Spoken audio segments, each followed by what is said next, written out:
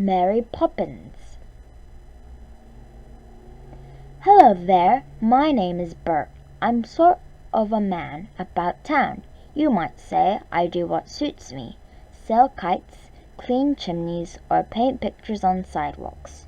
Today it suits me to be a one-man band. Why don't you come with me? London is grand this time of year. Well now, here we are at Cherry Tree Lane, and over there is number 17, where the Banks family lives. Not too long ago, something very unusual and very wonderful happened at the Banks home. Let me tell you the story. Mr. Banks, you see, worked all day in a bank, and Mrs. Banks was always busy with club meetings and such. So Jane and Michael, the Banks children, had to have a nanny, which is a person who looks after children.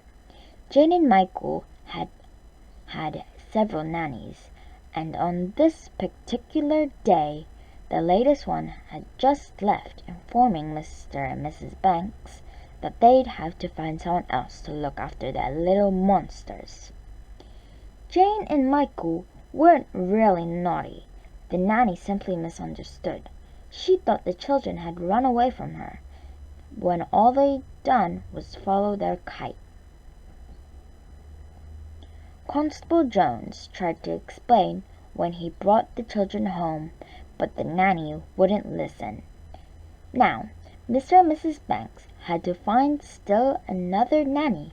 The way to do that was to place an advertisement in the newspaper, calling for someone firm and sensible.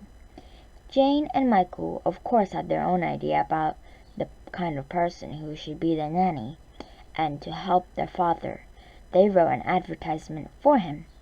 Wanted, a nanny, must have cherry disposition, rosy cheeks, and be willing to play games.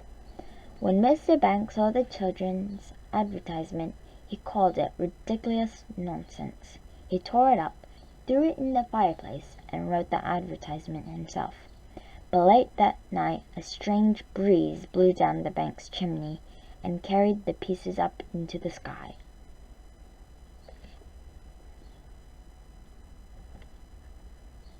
The next morning, when Jane and Michael got up, the line of nannies they saw from their windows stretched clear around the block.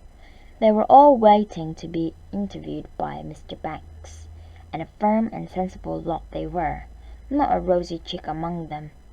Jane looked at the nannies in dismay. I don't understand, Michael. They're not what we advertised for at all. But just when a wind started blowing from the east, down Cherry Tree Lane the east wind blew, growing stronger and stronger. Finally it picked up all those firm and sensible nannies and blew them away. Before Mr. Banks even knew they were there, every last one of them was gone. Jane and Michael watched in glee from the nursery window. Then, riding toward them on the east wind, a person holding a black umbrella approached. Oh, look, Michael, it's her, our nanny, rosy cheeks and everything. The rosy-cheeked person landed on the doorstep of number 17. She promptly marched in and said, Mr. Banks, I am the new nanny. And before Mr. Banks even knew what had happened, she slid up the banister to the nursery. My name is Mary Poppins, she said, taking off her coat and hat. Come along, children. We'll begin with a game called Let's Tidy Up the Nursery. Jane didn't like the sound of that. Are you sure it's a game, Mary Poppins? That depends on your point of view. You see, in every job that must be done, there's an element of fun.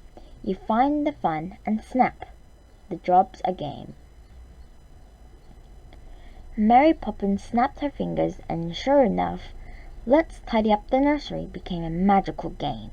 Toys put themselves away, beds made themselves, clothes hung themselves up, and soon the nursery was neat as a pin. The children were delighted. Mary Poppins, you're wonderful! Of course, And now you must get some sleep. Tomorrow we'll have an outing in the park." The next day it suited me to be a sidewalk artist, and I was drawing pictures in chalk when I looked up and saw Mary Poppins and the children. You're lucky children indeed. When you're with Mary Poppins, magic just seems to happen. How about a bit of magic right now, Mary Poppins? No one's looking. Well, if we must, we must. Now line up and jump. Suddenly we found ourselves inside one of my sidewalk pictures at a county fair. All four of us took a ride on a carousel, and then Mary Poppins rode her horse right off the carousel, and ours followed. We joined a fox hunt and entered a horse race. Oh, we had a jolly time. That evening, when Mary Poppins tucked the children in, Jane had a request. "Oh, Mary Poppins, we had the most wonderful day. We promise you'll never leave us." "That's a pie-crust promise, easily made. Easily broken. I shall stay until the wind changes. Now go to sleep. Tomorrow you are going an outing with your father, to the bank where he works." Jane and Michael were surprised. "Really? Father has never taken us anywhere before." Indeed, he hadn't been too pleased with Mary Poppins when he had heard about the children's recent adventures. "Really, Mary Poppins, the children's outings should be practical educational," and Mary Poppins agreed. "I quite see your point, Mr. Banks. Tomorrow the children shall be at your side." Bright and early the next morning the children set off for the bank with their father. Michael had brought some coins with him to buy food for the birds. But Mr. Banks wouldn't hear of that. "You must put your money in the bank where it will earn interest. Give it to me." All of a sudden the outing with their father lost all its promise of fun, and Jane and Michael let go of his hands. They ran off and got themselves lost. It was a good thing they ran into me. That day it suited me to be a chimney sweep, and the children were happy to see me, but they were still upset. "Oh, Bert, Father tried to take Michael's money. He doesn't like us at all." I put a stop to that kind of talk. "Your father loves you very much. It's him I feel sorry for. There he is all day in that cold, heartless bank, and nothing to keep him company but money." That made them think twice. Jane and Michael decided to apologize. "Come along then," I said. "It's my day to clean your chimney. I'll take you home." But before I could even get started on their chimney, Mary Poppins had a surprise for us. In a twinkling she whisked us all up the chimney and out onto the rooftop. We gazed out over the rooftops of London. "What a beautiful sight," said I. "And who gets to see it from up here but the birds, the stars, and the chimney sweeps?" We danced and sang and had a regular party. When you're with Mary Poppins, the most magical things seem to happen. Jane and Michael felt much better after their party on the rooftop, and they went straight to their father. Michael offered him his coins to put in the bank.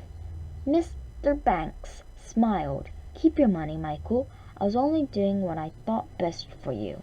But now I see that money isn't that important.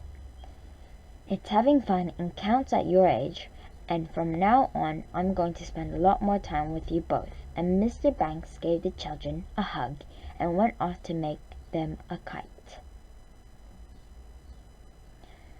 Then the whole Banks family went to the park together for the first time in ever so long. They flew their kite and had a grand time. The wind had changed and everyone wanted to fly a kite. I was the only one who noticed Mary Poppins sailing away on the west wind. "Goodbye, Mary Poppins," I waved. "Don't stay away too long." Thank you for watching. Bye!